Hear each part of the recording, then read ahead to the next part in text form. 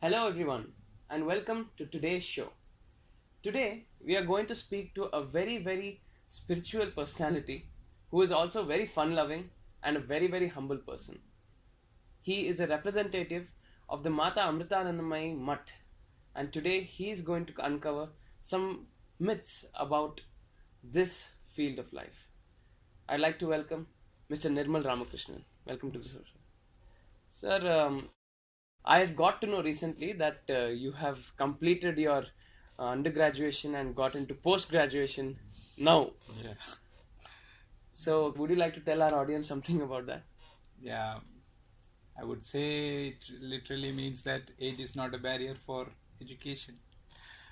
I stopped my education when I was 17 when I joined the ashram. I was very young, and at the time the organization was not. Um, at that time, I didn't need that kind of an education. I was more into my spiritual quest. So after some years, some now like 17, 18 years, my Guru Amma asked me to take a graduation now. And it was very difficult for me because after such a long gap of education, all of a sudden asking us, but every time I get a challenge, rather than running away from the challenge, I don't know, somehow I feel like accepting it. I feel like accepting the challenge is saying yes to the life that is coming on to you. So I accepted it. I wanted to see how much of spirituality I have imbibed, wherein you are given a situation, and I mean spirituality teaches us not to change the situation but to change your mindset. So I wanted to see how much of that truth has been imbibed in me. So I accepted the challenge, and now I am doing my graduation so that may be useful for better option. I took PG also so that I can teach in future. Yeah, but you mentioned the change of mindset now that you have had to force yourself to change the mindset to adjust with the crowd, the teens and the youngsters now, is it? See, when as far as I look into myself, you can't judge everything. You can't. The spirituality, the path of being in spiritual path is like you won't form rigid ideas, rigid strong ideas. So there is a lot of flexibility in me that due to this lifestyle has occurred. So, and in a way, because I was in spirituality and this ashram life, you are like frozen in an age kind of thing. It's always young. You don't get hardened in your mind with ideas and ideologies stuck onto you. Then you become rigid, or you become old. When you become rigid, you become old. So I think that helped me a lot. That idea that you are not rigid anymore. That easily adapted me to uh, young people, to be able to interact with them. So it was a good experience to know and understand. And I have a little bit observatory nature, that I am seeing everything a little bit out of the box. Like I'm not, even though I am interacting, because of my life in the ashram, I can sometimes stay out of the situation and observe it. So it was nice to see it in that perspective. I don't have any judgment. It's all what it is. That's all. Yeah, but you have accepted with open arms, as you say. Now, coming back to actually what we want to discuss today, you mentioned that you are not quite rigid in your approach and all that. People today, especially towards spiritual missions, such as your own mission, Mata AmritaMysuruCampus Devi's Mutt, people have certain different perceptions towards it due to various negative news that is coming out and all that. People have stopped, or rather are having certain doubts in their mind when they look at certain these kind of missions. Mata Amritanandamayi Devi is known worldwide in terms of having given a lot of service, a lot of good to the society, a lot of hope to the society. But what is your take on this approach and this perspective of people towards gurus? You yourself have a lot of faith in Amma, but people have a lot of skepticism towards such belief. So, what is your take on this? First thing I would like to say about this is There have been fake gurus all along the time. During even Krishna's time, there was a person called Ponder Vasudeva who acted as if he is Krishna. He told them himself and the people around him that he is Krishna, and he acted as if he made Garuda and all those things. So fake people, everything there is fake. I mean, there is genuine and there is fake. So people expecting that there won't be fake in spirituality is naive. There will be people fake in that also. So, and now the problem here is media. Media has a tendency to only project the negative aspect of society. There is no masala in positive, there is no spice in positive. So that negative is getting into the people. So there is a need for, now there is a huge need for spirituality where positive thinking has to be. So Amma's programs and people get so much positive vibration, so much positive energy out of that. They get peace. Where everywhere around you, you are finding negative. They find genuine peace, genuine truth, and genuine good advice from Amma. So they want it in their life. Wherein around you, media is throwing at you, the whole media, and we have, apart from our traditional method of getting advice from our elders has gone out of order. We are not taking any advice from our elders. The media is guiding you in any and every aspect now. And who is controlling media? Money and sensation is controlling media. There is no moral code there. It's dominated by those feelings. Then there is no direction to what is happening. So skepticism, negativism, idealism, that will always be there. It should be there. I think people should be a little bit skeptic. Then they will ask right question. The questioning, our religion, our Hindu dharma is based on asking question. If you see Bhagavad Gita, any book is question and answer. There is no decrees given there. Okay, do that, do this. You shouldn't do that. You should. It's more about how to understand what are the goodness and all those things. Asking questions to them. So let them ask. Let people ask what is the questions that they need to ask. The skepticism should be cleared through the proper channels. You should approach and you should see Amma. You should understand Amma, what she is doing, what is happening. Then it will automatically go away, because the mutt is open to everybody. Anybody can come and meet Amma directly. So there is if you want, if the person really wants to know Amma or know if there is something wrong there, they can easily approach and clear their doubt. But thinking about it, hearing from other sources, and and there are negative elements in the society. Those want to tarnish. They have their own agendas. So that will always be there in the society. Somebody grows up, somebody becomes popular, or some people will be going around saying bad things about the person. That is always there in the society. So, but you can easily get to know Amma, get what is she is doing, what the organization is. It's all open, out there and open. There is no hiding around it. Of course, the organization will have its own internal matters that will not be discussed with the public.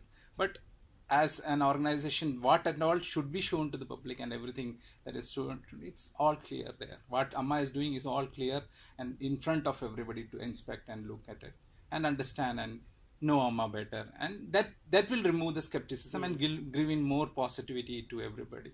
Amma is trying to give more positive energy and positive thoughts into the people, where that is very much needed.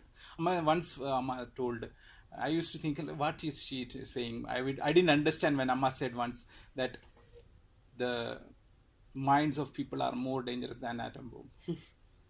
The negative thinking can really create a very big impact on society than even the atom bomb. So I think there is a need for Amma in the society where positive thinking is getting very, very, very, very. Everybody is looking everybody at with suspicion and hate and all those things. There are a few more issues I'd like to address regarding the public perception itself. One is this concept of religion. As you mentioned, you brought it up in your talk. Religion, when you look at such trusts, when you look at such service-based organizations, how is religion being treated in it? Is religion a very important part of it, or is religion completely disregarded? See, Amma is brought up in Hindu culture, so she will have the influence of Hindu culture there. But again, she says, love is my religion. And she accepts anybody and everybody comes to. from beginning itself, a lot of Muslims have been coming to Amma, a lot of Christians have been coming to Amma. Even we have accepted, Amma has accepted many of her disciples as brahmacharis staying in the ashram. Many of them are Christians, many of them are Muslims. The thing is, the core of religion is spirituality. Without spirituality, religion is just an, act. It's just some random act, some sect, something that is for a political gain or something, for controlling people or something.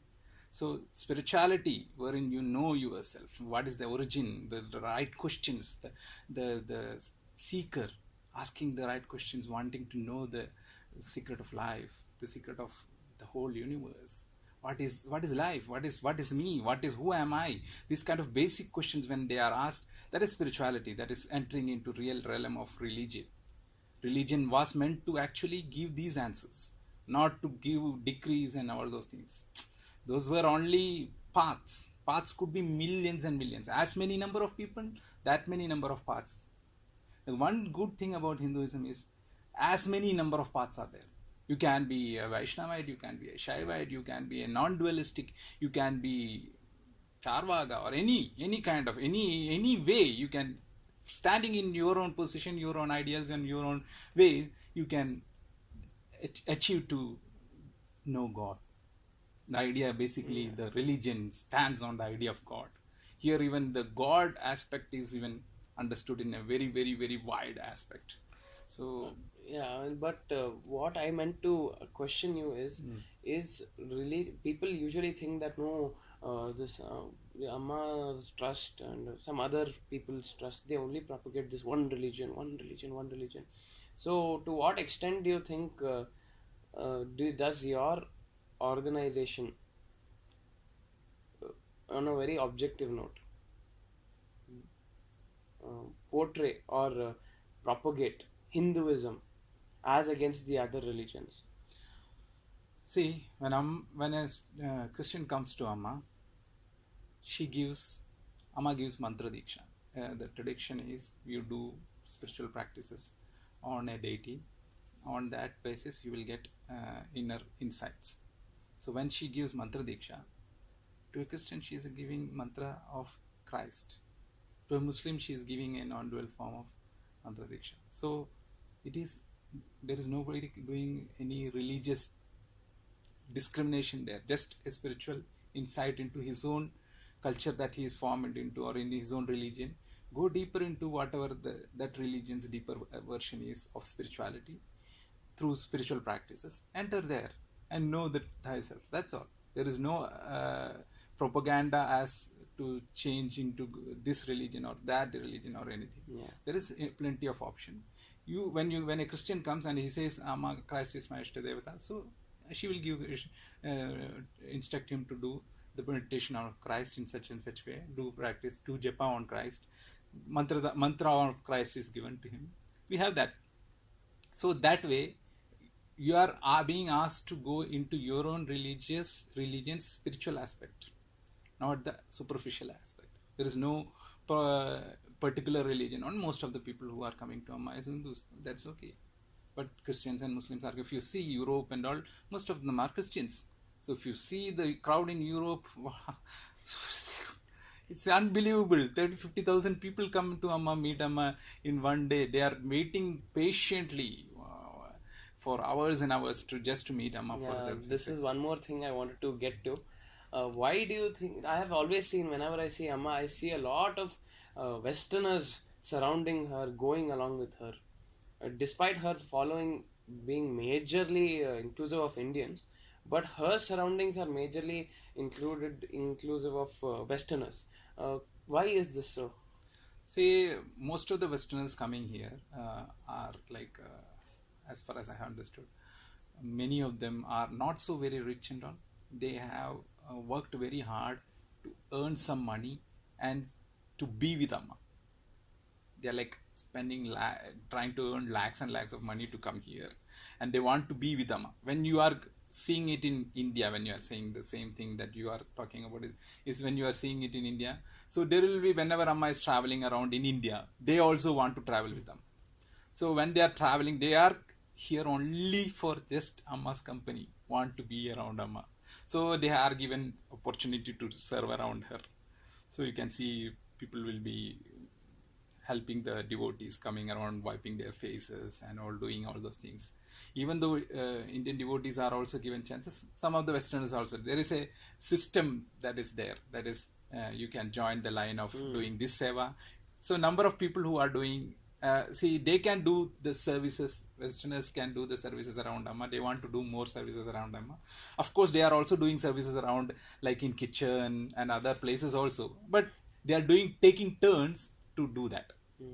So when we see around Amma, you will see a lot of them, because almost 400 of Westerners are traveling with Amma whenever she is going around in India. So all of them want a little bit of maybe 1 or 2 minutes of time in a day with Amma. So it seems as if they are there, but actually, like, along with the devotees of the local place, only they are there. So for every 10 person, Indian person who is there, there will be a Westerner there. Very good.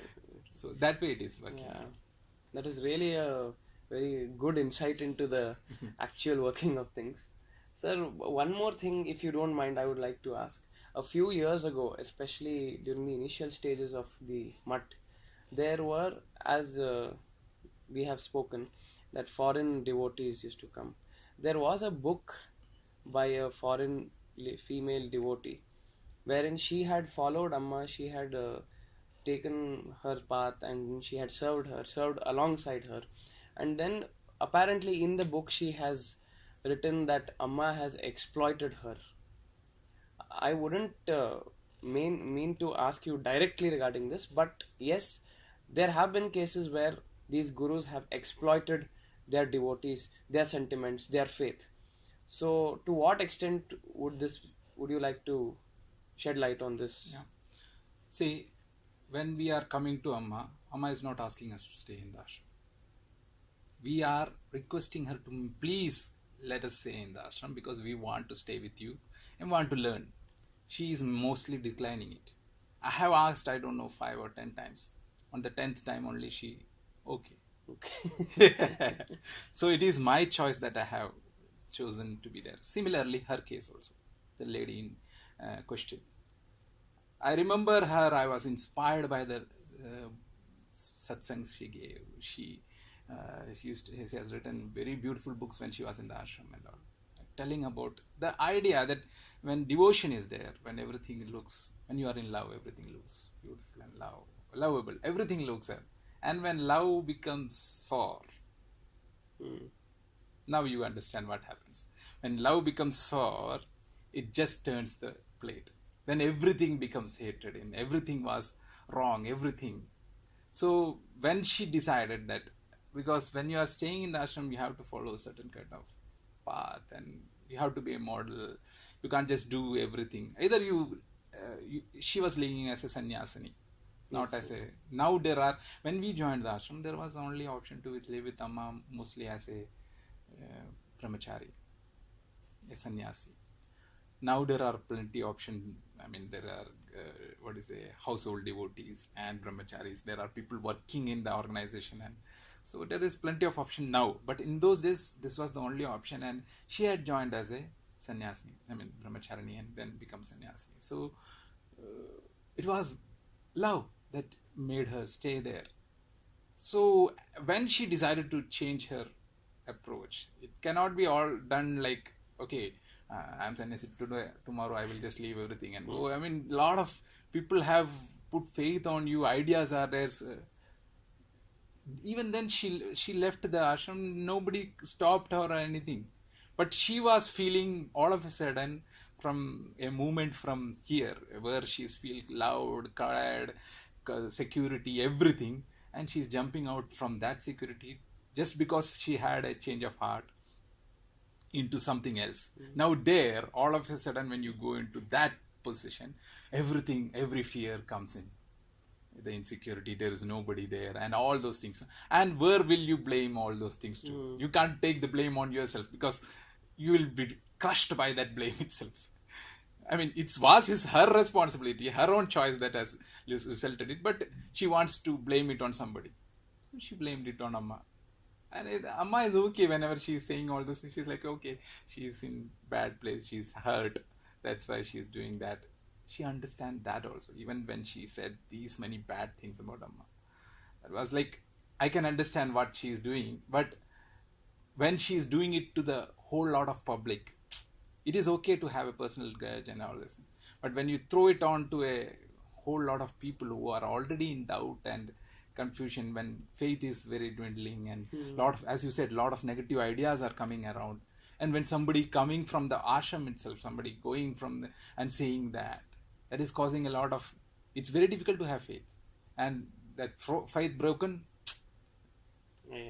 I mean, to be in to have love and relationship is easy, and to break it, very small things are needed. I mean, so what she had experienced, she shouldn't have vomited on to the public. I think she shouldn't have vomited. If you take time, it slowly heals itself. It takes time because it was her own decisions that has led to that. It is not Amma that asked her to get out of the ashram or anything. She left the ashram. So her own love that changed, her own heart that changed, resulted in whatever experiences. But we should know where to share, what to share. There is a public good that we should know, understand. Let others who are enjoying the company and love and faith, let them have that. That is giving them so much. Very true. So thank you so much, sir, for those enlightening thoughts. On a lighter note, I would like to ask you, you have a line of institutions from Amrita, the MUT, Amrita deemed to be university. We have 5 campuses. But there is again this public perception that, oh, it is a Mallu institution, only Mallus are filled there. And the students from that college, they would, who are non-Mallus, they have to roam around changing this perception. So what do you think? Why has this perception come up that it's a Mallu college? I don't know why it has come up, because maybe they want to downgrade the relevance of the organization, The thing is, as far as our campus itself is, like 80% of them are Kannadigas. Only 20% Mallus are there. And still it is called, I think you remember the trawl you talked about. There was a trawl in this is Kerala or something, the gate. Yes. Welcome to Kerala. Wherein 80% of the people are. Only Amritapuri campus is where, of course, it is in Amritapuri in Kerala. There will definitely, if you see most of the, even in Amritapuri, 40% are Andhra. Okay. Andhra people. So, saying that this is a Mallu organization, I don't know why people are saying that. It might be there is a little bit of, I think, maybe these Mallus are a little bit over smart, maybe to downgrade. I mean, say that and okay. They are. I have seen them all over Kerala. I mean, not only all over Kerala, all over India. Most of the cities, if you see, a creamy layer is formed of Malayalis. Yes. They shine when they go out of Kerala. And so, in that sense, maybe people are jealous about that, and they are saying and marking the organization itself like that. I don't know.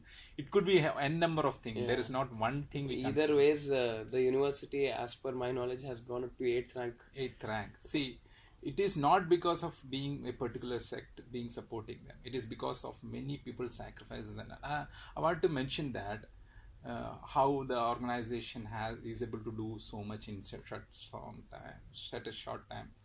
I think Amma has inspired a reverse brain drain. We know what brain drain is like. Yes. Okay, so she has made many intellectuals and many people who have been very highly successful in US and other countries to come back to India and serve India. That is a big thing. Nobody is able to do that.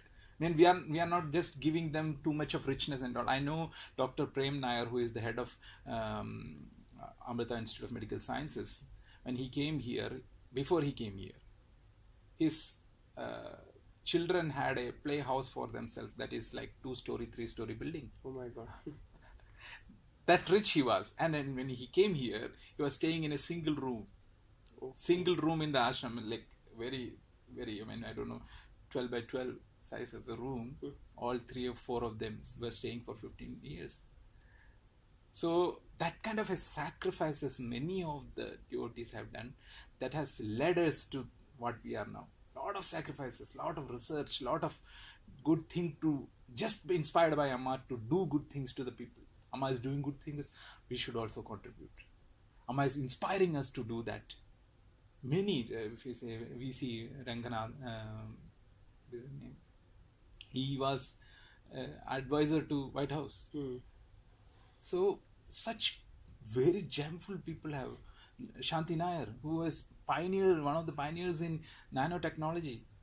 I mean, they were given much more funds and much more facilities around in US, and they come here and they are serving for what? It's not money. What is inspiring them to serve the country, serve the world without getting anything in return as such? Not monetary, anything else.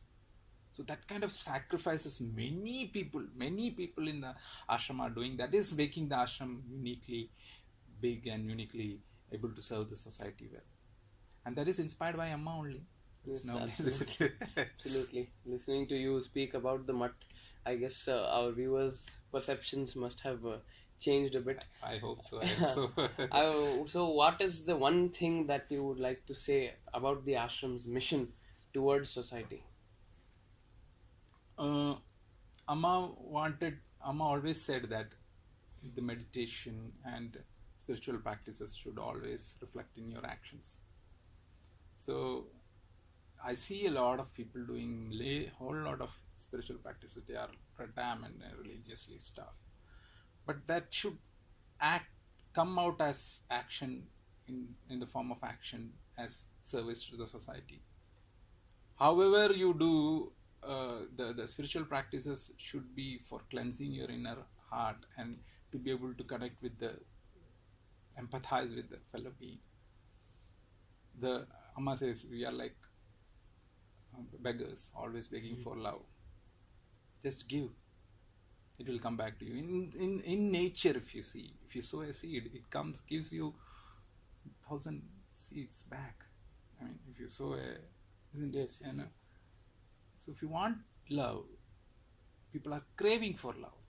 Everybody, if you see around, it's like love. They want love, and what are they doing? They are negating the same thing. I mean, you are not giving it.